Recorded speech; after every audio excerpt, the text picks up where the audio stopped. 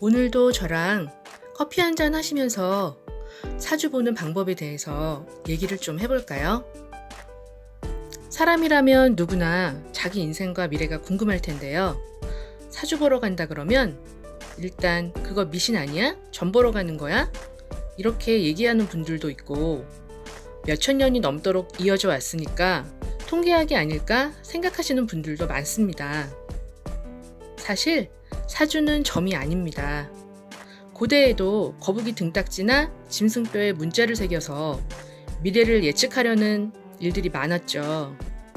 오늘날에도 육효나 타로같이 앞날의 기륭이나 성패를 가늠하려고 하는 것은 점술이고 사주팔자를 보는 것은 동양 철학의 뿌리가 있는 명리학이라는 학문입니다. 태초에 아무 존재가 없는 혼돈의 상태를 무극이라고 하고 거기에서 음양이 생겨나면서 하늘과 땅이 이루어진 상태가 태극입니다. 즉, 세상 만물을 두 가지로 구분할 때 그 두 가지 속성을 음과 양이라고 하고 음과 양이 생성될 때 다섯 가지 요소를 구성해서 그 속성을 오행이라고 하며 음양의 변화가 한 단계 더 세분화된 것이 바로 오행입니다. 사주팔자를 본다는 것은 이 음양오행이라는 툴을 가지고 태어난 곳의 공간과 시간이라는 지도를 어떻게 해석하는지, 내 운명이 앞으로 어떻게 펼쳐질지 다뤄보는 공부인 거죠. 즉, 운명이라는 이름의 최신 스마트폰의 매뉴얼이 음양오행이라는 툴이라고 생각하시면 됩니다. 양과 음은 말 그대로 밝음과 어두움을 나타내는데요. 양은 남성적인 것, 능동성, 더위, 밝음, 건조함, 굳음, 발산하고 드러내고 생장하는 기운이고 음은 여성적인 것, 수동성, 추위, 어둠, 습기, 부드러움, 걷어들이고 저장하고 침잠하는 성질입니다. 이렇게 음과 양의 두 가지의 상호 보완적인 힘이 서로 작용해서 우주 삼라만상을 발생시키고 또 변화시키고 나중에는 소멸시키게 된다고 보는 거죠. 이 세상 만물을 음양으로 나눌 수 있기 때문에 천간도 음과 양으로 나눌 수 있고 지지도 음과 양으로 나눌 수 있습니다. 인간을 소우주라고 하죠. 사람이 태어나고 죽는 것도 결국은 우주의 순환 이치와 같은데요. 태양과 수성, 목성, 화성, 토성, 금성, 그리고 달이 지구와 멀어지고 가까워질 때 생기는 변화에 의해서 우리도 영향을 받을 수밖에 없습니다.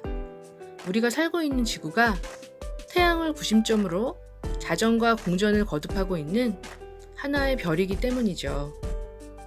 그리고 그 별들의 원소는 오행이라고 부르는 물, 나무, 불, 흙, 쇠 이런 다섯 가지로 이루어져 있습니다.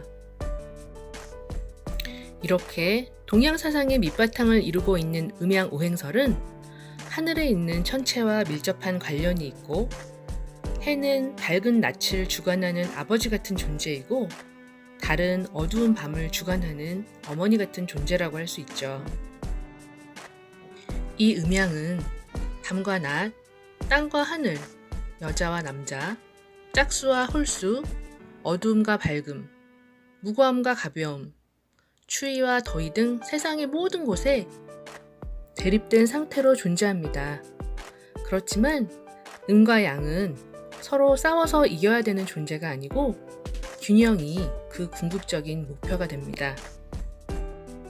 반면에 오행은 상생과 상극의 원리를 가지고 있는데 이로 인해서 사주팔자를 보거나 한의학에서 체질 진단을 하거나 그런 경우에 원리로서 적용되는 거죠. 천간에도 5가지의 오행이 있고 지지에도 5가지의 오행이 있습니다. 천간과 지지의 오행에 대해서는 복잡한 얘기가 좀 있기 때문에 다음 시간에 더 자세하게 알아보는 게 좋을 것 같아요. 지난 시간에 같은 사주를 가진 사람들끼리 같은 운명대로 사는 게 아닌가 의문을 던졌었죠. 그 대답은 사실 똑같은 삶을 산다고는 할 수가 없습니다. 왜냐면 사주가 똑같다 해서 주어진 환경이나 만나는 인연들까지 똑같을 수는 없기 때문이죠. 천간의 글자와 지지의 글자를 조합한 것을 간지라고 하는데 60갑자라고도 하죠. 10간의 첫 번째인 갑과 12지지의 첫 번째 글자인 자를 조합하면 갑자가 만들어지는데 그 다음으로는 10간의 두 번째 글자인 을과 12지지의 두 번째 글자인 축이 결합해서 울축이 만들어집니다. 이런 순서로 갑자, 을축, 병인, 정묘, 무진, 기사 이렇게 60번째까지 나아가면 이게 60갑자가 되는데 양의 천간은 항상 양의 지지와 결합을 하게 되고 음의 천간도 항상 음의 12지지와 결합을 하게 됩니다.